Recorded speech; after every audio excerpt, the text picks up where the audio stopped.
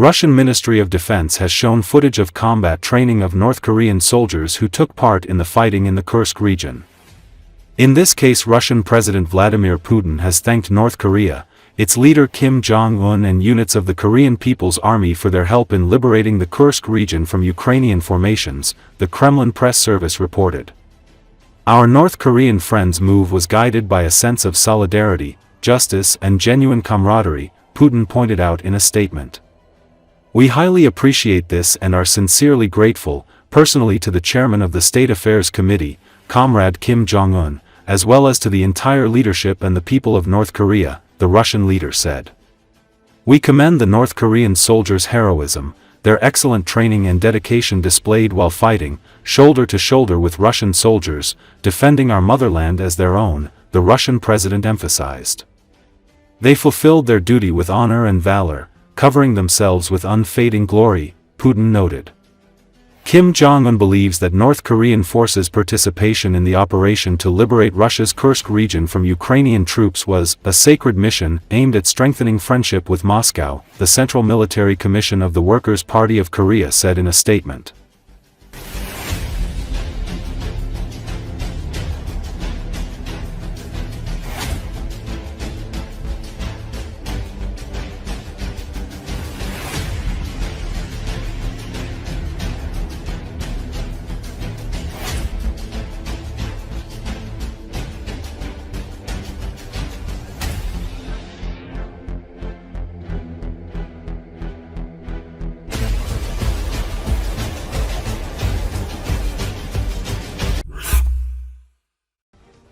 Russian authorities have begun throttling mobile internet speeds at night in an effort to prevent Ukrainian drone attacks, according to a report by Kommersant newspaper.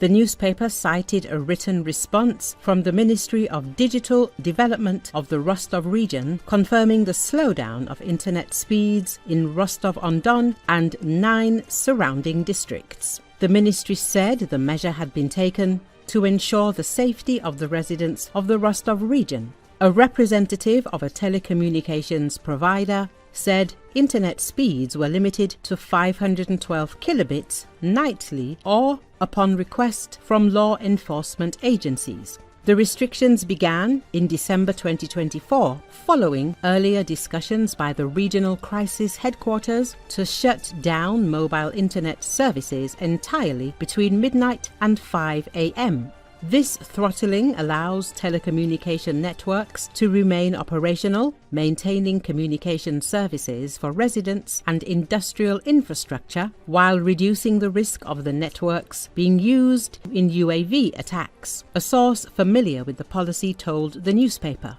Mobile internet networks can be used as an alternative communication channel for drones, enabling the operators to monitor flight status and coordinate movements remotely. In late 2023, Militani reported that Russian Shahed 136 drones had used Ukraine's mobile network to coordinate attacks. Modified versions of the drones were reportedly equipped with makeshift modules using routers connected to the Ukrainian mobile networks. The devices transmitted the drone's location during flight. If the signal stopped, the drone would disappear from the map, indicating it had been downed and marking the area as potentially hazardous for further missions. High-speed connections can also allow drones to stream real-time video from onboard cameras, enabling manual control by the operators. Modernized Ukrainian light aircraft, converted into drone bombers, have been observed with optical stations on board. These aircraft have been used to strike industrial targets deep inside Russian territory. In one such case in January, a converted drone dropped a 250-kilogram bomb on a Russian oil pipeline in the Bryansk region. This is not the first time that such systems have been involved in strikes against Russia. Militani considers information about these unmanned systems sensitive, but a year ago, Ukrainian and foreign researchers successfully identified them as modified E-300 Skyranger and A-22 Foxbat.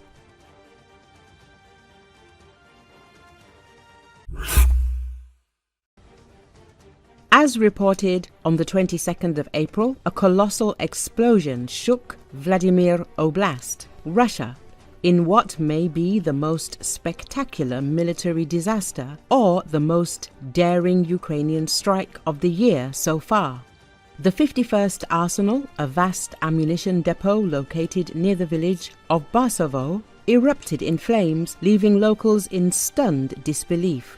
This facility is operated by Russia's main missile and artillery directorate, GRAU, which is responsible for overseeing the country's largest and most critical weapons storage sites, Euromaidan Press reports. This wasn't a small arms cache we're talking about.